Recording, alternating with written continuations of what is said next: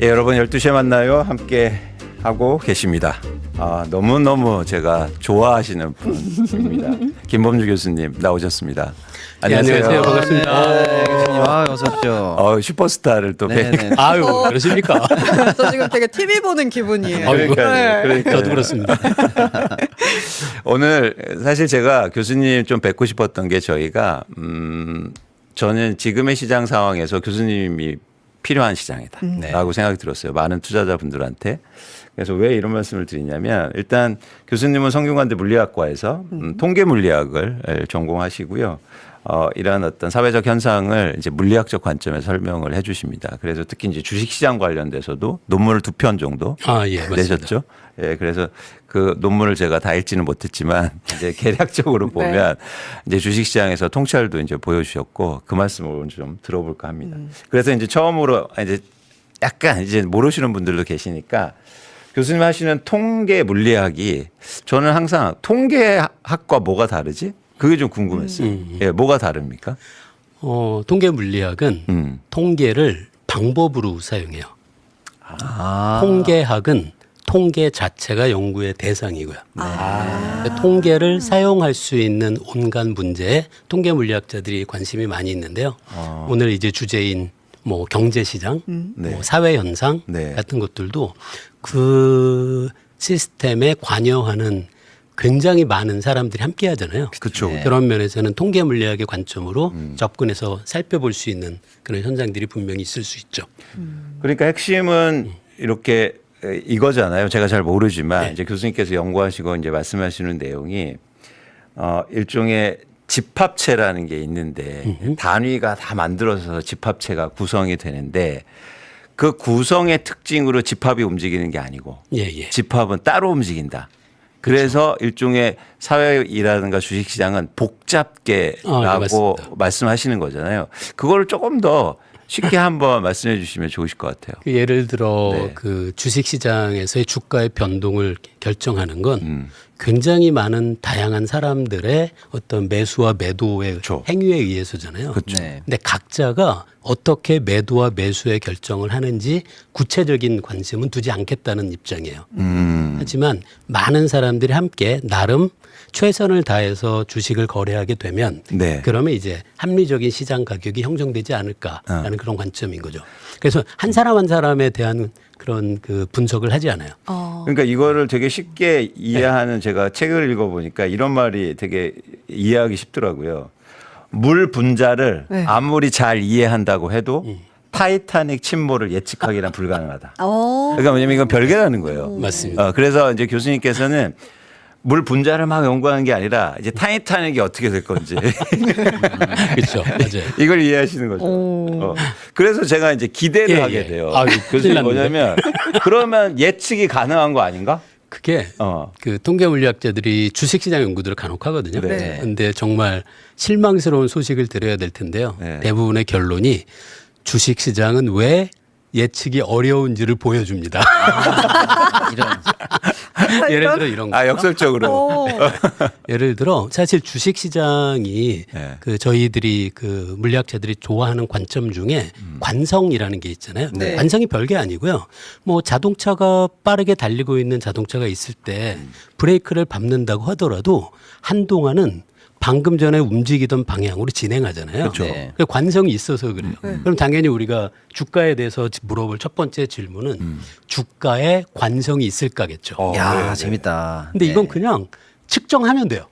측정. 어떻게 측정해요? 그냥 그저께와 어제 주가가 올랐고 어제와 오늘도 주가가 올랐다면 내일도 주가가 오를까?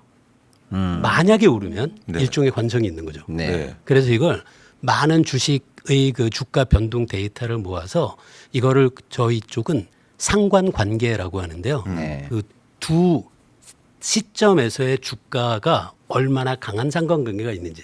그러니까 당연히 그 두 주가를 우리가 비교하는 시간의 간격이 늘어나면 점점 상관관계는 줄어들 거 아니에요. 그렇죠. 뭐 1년 전에 주가가 오늘 주가랑 관계가 있을 리는 없죠. 근데 관심은 그러면 어제 주가는 오늘 주가와 관계가 있을까? 1시간 전의 주가는 현재 주가와 관계가 있을지를 살펴볼 수 있는데요. 네. 이거는 이론도 필요 없이 그냥 데이터가 있으면 계산해 보면 돼요. 네.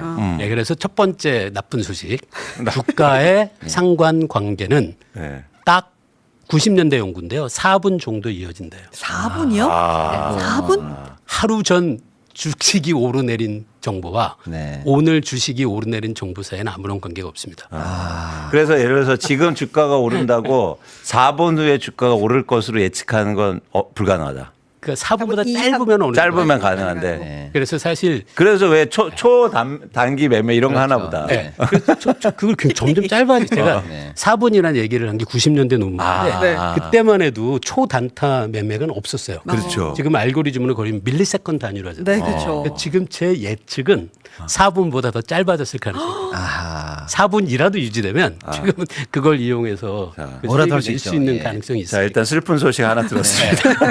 4분보다 짧다. 자, 두 번째 슬픈 소식 알려주십시오. 그런데 예. 그래도 이런 거 상관관계라고 하는데 주가의 오르내림의 상관관계는 시간이 지나면 금방 소멸된다.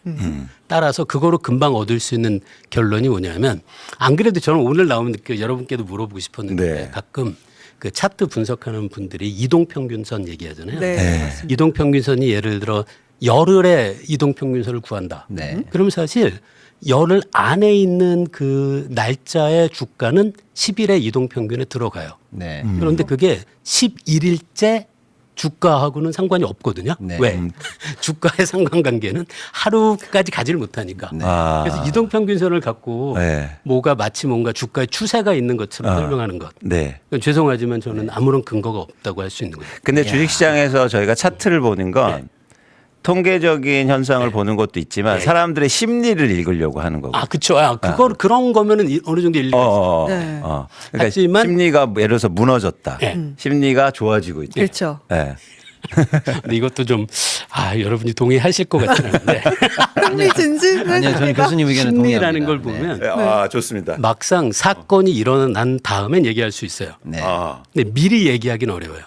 예를 들어 예측 불가. 어떤 급변이 일어나면 네. 주가가 폭락하잖아요. 네. 그러면 사람들이 그거는 그 어떤 큰 사건 때문에 폭락했다라고 얘기해요. 그쵸. 근데 간혹은 올라요. 그러면 제가 신문 볼 때마다 많이 보는 그 소식이 뭐라더라? 불확실성이 해소됐기 때문에 주가가 오른대요. 제가 제일 많이 하는 단어입니다. 그게 그럼 그 전날은 뭐라고 얘기하는지 보잖아요. 전날은 예측이 없어요. 사건이 벌어지면 그 다음에 얘기합니다. 벌어진 다음에 무슨 얘기를 못 하겠어요. 그렇죠. 예를 들어 아마 많은 분들이 오늘 굉장히 그 걱정을 하셨을 것 같은 느낌이 좀 들거든요. 맞아요. 네. 맞아요. 그래서 오늘 폭락하잖아요. 그러면 만약에 폭락했다면 네. 그럼 당연하다고 얘기해요. 어. 폭등했잖아요. 그럼 또 뭔가 얘기를 할 겁니다. 그렇죠. 근데 그게 예측을 했다고 할 수는 없는 거죠. 분석이 예측이 그냥 아니다. 예측이 아니라 사후 판단 네. 혹은 그냥 껴맞추기. 변동에 대해서 원인을 찾는 거죠. 붙이기. 근데 그럼에도 불구하고 주식 시장을 갖고 그래도 할 수 있는 얘기들은 조금 있어요. 네. 그게 어떤 거냐면 예를 들어 우리가 뭐 포트폴리오를 구성하거나 할 때 당연한 얘기지만 그 얘기 있잖아요. 뭐 한 바구니에 달걀을 모두 담지 말아라. 맞습니다. 그런 것처럼 당연히 똑같이 변동을 하는 주식을 한 번에 여럿을 사는 건 어떤 위험을 회피하는 면에서는 손해인 거죠. 그래서 결국 주가의 흐름이 반대가 되는 것들을 모아서 사면 그러면 안정성은 늘어나잖아요. 네. 그런 방식으로 개별 주가의 미래는 예측하기 어렵지만 어떤 회사의 주식을 모아서 포트폴리오를 구성하면 위험은 줄일 수 있는지 같은 건 계산할 수 있는 여지가 분명히 있죠. 네. 그런데 제가 복잡계를 좀 보면서 예. 이제 주목했던 건 이거거든요. 제가 완전히 지식이 없다고 그냥 생각하시고 교수님 예. 그냥 무식한 사람이 하는 얘기라고 들어주시고 제가 인상 깊게 든 건 무질서가 질서를 만들고 예. 또 질서가 무질서를 만든다. 예. 그래서 제가 핵심 그러니까 주목했던 건 그 질서라는 거예요. 그 질서를 우리가 질서가 만들어지는 거는 판단하고 파악할 수 있지 않을까? 그렇죠. 예, 그러니까 이런 거죠. 한국의 코스피 지수가 3,000을 넘어서 4,000을 가고 5,000을 가고 6,000을 가고 7,000을 가고 8,000을 갑니다. 예. 저는 이게 어쩌면 질서 같은 생각이 드는 거예요. 그러면 사람들이 코스피가 오르는 거를 질서로 받아들이게 되면 투자하게 되는 거죠. 그러니까 어느 순간 다시 무질서가 오겠죠. 근데 질서가 한번 형성되는 그런 건 우리가 판단할 수 있지 않을까? 그러면 쉽게 말해서 이게 우리 주식 투자에서는 시세 추종 투자라고 하는데 맞아요. 그건 가능하지 않을까? 질서라고 판단하면. 제 무식한 생각에는 어떻게 생각하십니까? 그것도 죄송하지만 지금까지의 주가 지수의 변동을 보면서 네. 그런 생각을 하는 거지 그걸 갖고 예측을 하는 건 또 아니잖아요. 아. 그렇다고 해서 그럼 내년도 어떨까? 그러니까 제가 말씀드린 거 이거예요. 네. 질서가 형성됐다고 판단하면 예측이 가능한 거죠. 근데 질서라고 하기는 어렵죠. 주가 지수가 오르는 게 어떤 질서가 늘어났다라고 하기는 쉽진 않죠. 사실 그 이미 눈치는 채셨겠지만 저는 잘 몰라요. 주가 뭐 어떻게 되는 것도 잘 모르는데 네. 데이터를 통계적으로 살펴본 경험들은 있는 거죠. 그래서 그걸 갖고 얘기를 드리자면 아까 말씀드린 몇 가지 그 좋지 않은 소식 예측할 수 없다 뭐 그런 얘기를 할 수 있죠. 근데 네. 주가의 그 수익의 상관관계는 아주 짧게 시간만 흐르면 소멸돼 버리는데 흥미롭게도 변동성은 오래가는 데이터가 있어요. 그래서 변동성? 오늘 이렇게 막 활발하게 변동이 크면은 그 변동은 상당히 며칠 뒤까지도 오래가요. 그런데 오늘 올랐다고 며칠 뒤까지 오른다는 얘기는 전혀 하지 못해요. 그러면 이런 예측은 가능하겠네요. 네. 오늘 변동성이 크니까 예. 내일도 변동성 클 겁니다. 보통 그래요. 전 앞으로 이 얘기만 하겠습니다. 과학적으로 검증된 얘기입니다. 그거는 이러면서. 진짜 잘 알려줘. 아니 그 질서 얘기가 나와서 네. 주식 시장에 그럼 질서가 있다라고 할 수 있나요? 이게 그 이런 얘기를 질문하시면은 과학자들은 또 반문하거든요. 질서가 뭔지 정의해 달라고 부탁하죠. 근데 사실 우리가 비유적으로 다들 질서가 지금 늘어나는 방향처럼 얘기는 하지만 명확히 그럼 질서가 무엇이냐라고 이야기하면 쉽지 않죠. 그래서 거기 질문하셨으니까 예. 제가 생각하는 질서는 예. 자산 시장에서는 예. 많은 사람들이 생각하면서 일종의 피드백으로 움직이잖아요. 그러면 많은 사람들이 비슷한 생각을 하게 되는 그 상황. 그게 예. 저는 질서라고 보거든요. 예. 어떤 건지 알 것 같아요. 네. 예. 그래서 예를 들어서 지금 대한민국 주식시장이 오르는데 수많은 국민들이 투자를 하기 시작했다. 예. 전 이게 비슷한 생각을 하면서 시장을 만들어내고 있습니다. 예. 이걸 질서라고 판단하면 예. 그러면 내일도 우리 국민 투자자들이 주식을 살 거다. 예. 이런 예측을 예. 하는 건 그렇죠. 어떨까요? 그거는 가능할 것 같아요. 그러니까 많은 사람이 그 지금 말씀하신 것처럼 이 주식 시장의 변동은 사실 굉장히 심리적인 요인이 강하거든요. 네. 근데 그런 부분은 이제 물리학자들은 얘기하기 너무 어렵고요. 근데 지금 말씀하신 거는 확실히 맞죠. 많은 사람들이 우리나라의 주식 시장의 장래를 밝게 보면 그럼 더 많은 사람들이 주식 시장에 참여하고 그렇죠. 그러면 이제 거래량도 늘고 그쵸. 하면서 주가가 오를 가능성이 커지는 건 맞죠. 근데 그게 또 먼 미래를 예측하는 수단이 되긴 어렵고요. 그래서 어떤 그 전반적인 주식 시장의 장기적인 패턴은 우리나라뿐 아니라 대부분의 주식 시장은 장기적으로 보면 항상 굉장히 빠르게 성장하거든요. 그런 추세는 어느 나라나 보여요. 근데 그게 맞다라고 가정하면 그런 말씀하신 게 맞는 거죠. 네. 장기적으로는. 근데 제가 뭐 재미삼아 우리 교수님 물리학과 물리 전공하셨으니까 네. 물리학자들이 투자를 못한다. 못하죠. 대표적인 예를 하나 보여드리려고 제가 예, 차트를 예. 하나 그려왔습니다. 예. 자, 예? 가장 위대한 물리학자 누굽니까? 뉴턴. 우리 뉴턴 선생님.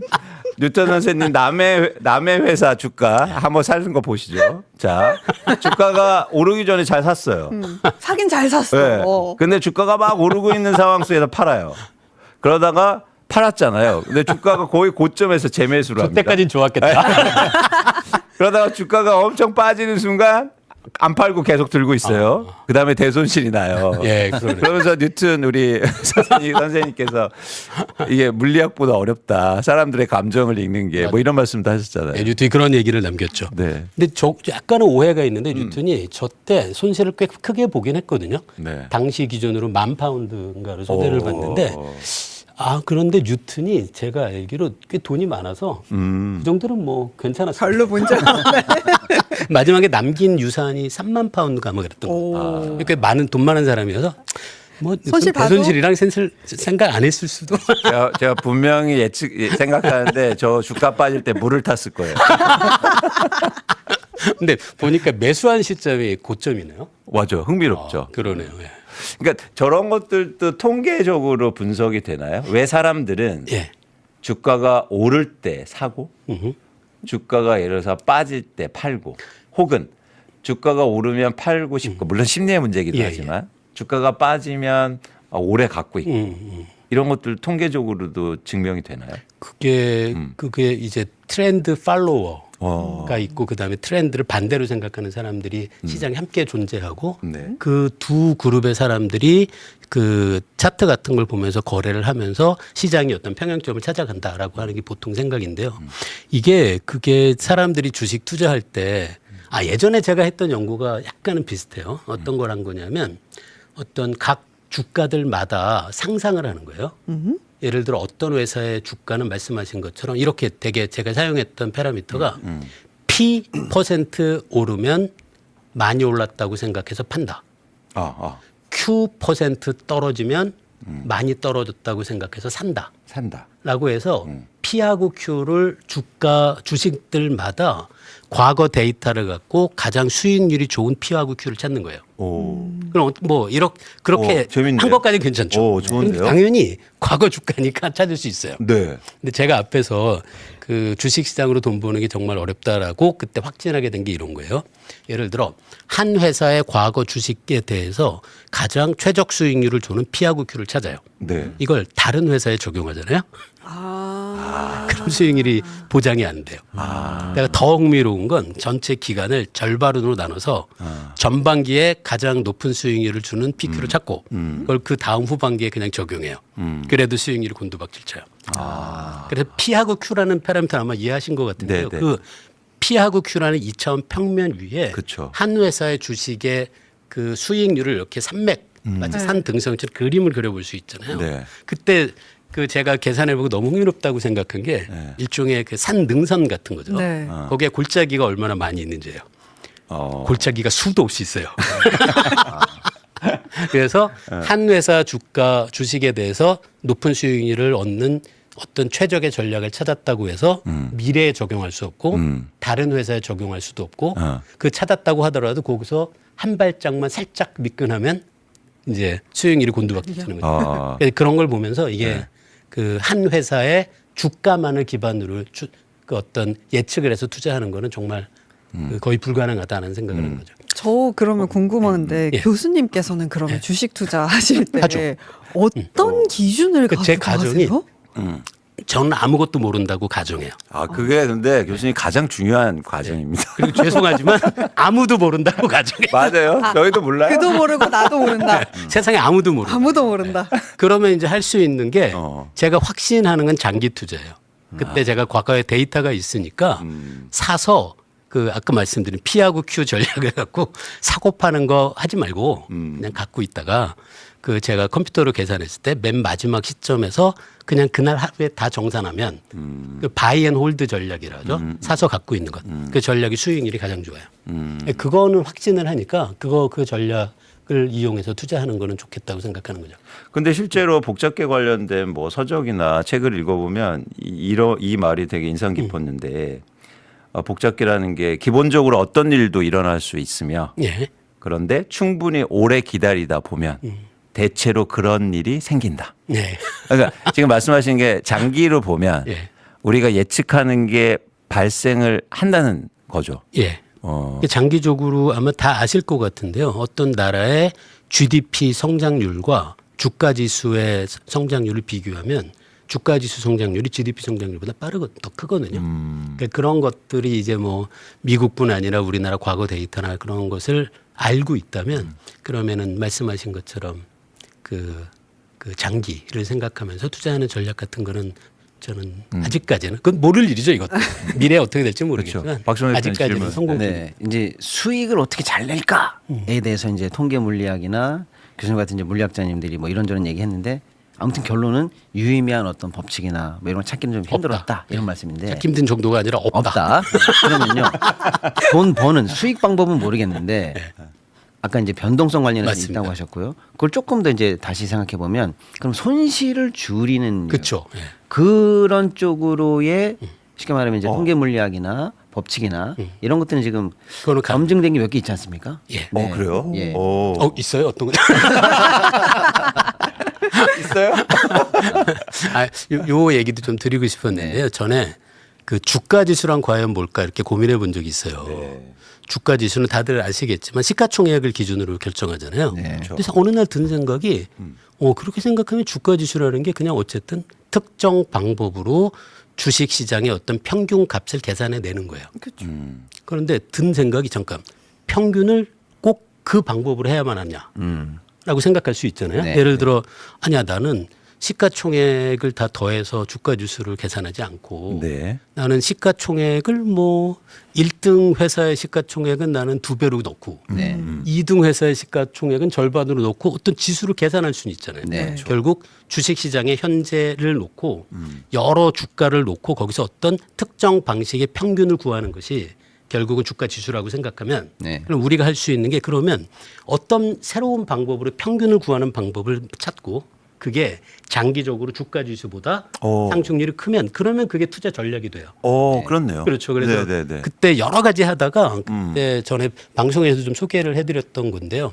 아이디어는 간단했어요. 시가총액의 상위 기업들을 사는데 네. 처음에 이것저것 해본 거죠. 그거를 시가총액의 그냥 크기로 한다. 아니면 시가총액이랑 무관하게 그냥 균등하게 산다. 네. 그럼 몇 가지 전략을 놓고 네. 우리나라 과거 한 30년 정도의 과거 데이터에 대해서 적용하면서 네. 어떻게 하면 그 평균 상승률이 주가 지수보다 더 큰지 그때 그래서 찾았던 한 가지 전략이 그거였어요.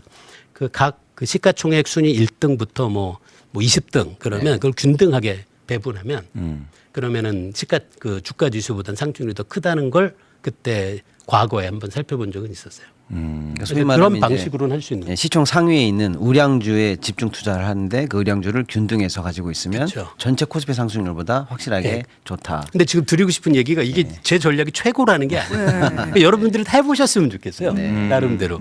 그렇게 해서 그 아무래도 기준은 주가 지수니까 주가 지수보다 높은지 아닌지만 보면 되죠. 네. 근데 사실 그 이것도 제가 어제 들은 얘기인데 실제 현실에서의 펀드 매니저들 중에 장기적인 주가 지수의 상승률을 보다 초과 수익을 내는 그쵸. 펀드 매니저가 많지 않고 많지 않아요. 아주 드물다고 하더라고요. 네, 한 20% 안쪽입니다. 네, 그렇게 생각하면 주가 지수를 따라가는 건 사실 뭐 비밀도 아니고 누구나 할 수 있잖아요. 네. 그렇게 생각하니까 제가 그때 생각했던 것도 그런 거 80%의 펀드 매니저들은 네. 평균보다 못한다는 게 굉장히 충격적이었어요. 충격이죠. 네.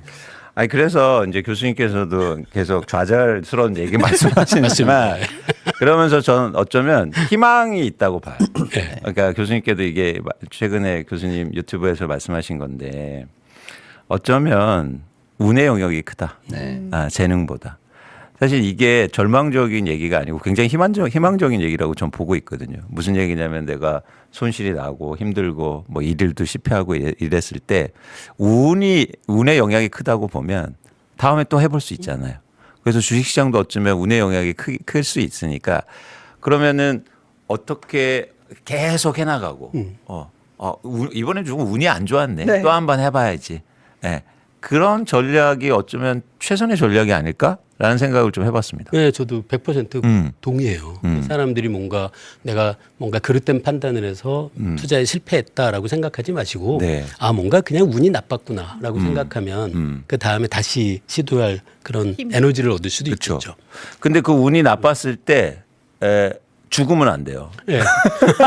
그래서 나가면 안 돼요. 다음 판이 없어. 나가면 안 돼요. 그래서 그 많은 분들이 제가 투자를 하시는 분들이 좀 제가 이런 마음이면 좋겠다고 생각하는 게 그러니까 너무 무리해서 예를 들어 뭐 채무를 지거나 맞습니다. 뭐 그런 식으로 하시면은 그렇죠. 이게 운이 나빴을 때 버티지를 못하게 되잖아요. 그렇죠. 그래서 운이 아무리 나빠도 버틸 수 있는 정도로만 그 투자액을 생각하시는 게 그게 계속 이어가다가 다음에는 또 운이 좋아서 또 수익률이 높을 수도 있잖아요. 그렇죠. 그때까지 버티기 위해서는 필요하다고 생각해요. 맞습니다. 그래서 저희가 말씀드리는 게 장기 투자가 뭐냐라고 하면 그냥 사놓고 한 20년간 오를 때까지 묻어 이게 장기 투자가 아니고 이 시장이 오래 남아 있는 게 장기 투자인데 그럼 한 번 더 들어가 보면 어떻게 오래 남을 수 있냐면 방금 교수님 말씀하신 것처럼 운이 나쁜 일은 언제든 생길 수 있고 운이 좋은 일도 언제든 생길 수 있는데 운이 나쁜 일이 생겼을 때 다시는 이 판에 들어오지 못할 정도로 크게 손실을 보면 안 된다. 그러니까 장기 투자의 핵심은 결국 손실을 줄이는 데 있다. 그러다 보면 운에 따라서 예를 들면은 이익은 언제든 커질 수 있기 때문에 버티다 보면 이익이 커지고 또 손실을 적은 상태에서 버티다 보면 또 이익은 커지고 맞아요. 이게 계속 반복되면 나중에 보면 많이 불려 있다. 저기 이런 얘기를 많이 드리거든요. 근거 있는 얘기네요. 저희가 했던 얘기가. 그다음에 저 교수님 말씀 중에 저는 이제 교훈이라고 할 수 있는 걸 얻었는데 방금 초반에 말씀하셨던 네. 거잖아요. 결국 예측 다 안 돼. 이거잖아요. 네. 그러면 제일 중요한 건 우리가 늘 내일 어떻게 될까? 이 종목 올라요. 뭐 이런 어떤 예측하려고 에너지를 너무 많이 쓰는데 사실은 그것보다 중요한 건 어차피 해도 예측은 틀려. 그러니까 무슨 상황이 벌어졌을 때 어떻게 대응하는지가 맞습니다. 이게 제일 중요한 척경이야. 이 결론으로 갈 수 있다는 거죠. 맞습니다. 네.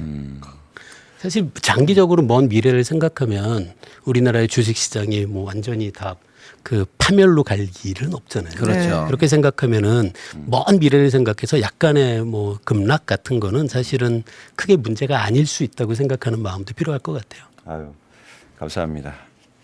이렇게 저희가 시간이 너무 짧은데요. 사실 네. 교수님한테 몇 번 더- 드릴 질문을 제가 이렇게 엄청 써왔는데 어머나. 두세 개밖에 못했어요. 그리고 전 진짜 궁금한 것도 있어요. 그러니까 교수님이 어쨌든 통계 물리학 하시니까 숫자를 보는 방법 이런 것들도 궁금하고 또 어떤 이벤트 뉴스 같은 게 이런 숫자에 미치는 영향 이런 것들도 사실 뭐 이러면서 이런 거잖아요. 뭐 예상치 못한 일이 벌어졌을 때 그런 부분들이 바뀌는 거. 그 답 드린 거 아닌가요? 모른다. 아닙니다. 그래서 저희가 이게 시간이 많지 않아서 교수님 한 번만 더 나중에 또 나오시면 예, 좋습니다. 오늘 귀한 시간 함께해 주셔서 네. 감사합니다. 마지막으로 저희 청자분들께 인사 한번 해주시면. 예, 오늘 이렇게 제가 존경하는 분들과 함께 그 주식시장 얘기를 해서 정말 좋았고요. 그 제가 잘 모릅니다. 근데 여러분들도 주식에 투자하실 때 이걸 하루하루 뉴스에 너무 일희일비하지 마시고 먼 미래를 상상해 보시는 방식으로 주식 투자를 하시는 것이 좋겠다는 말씀드립니다.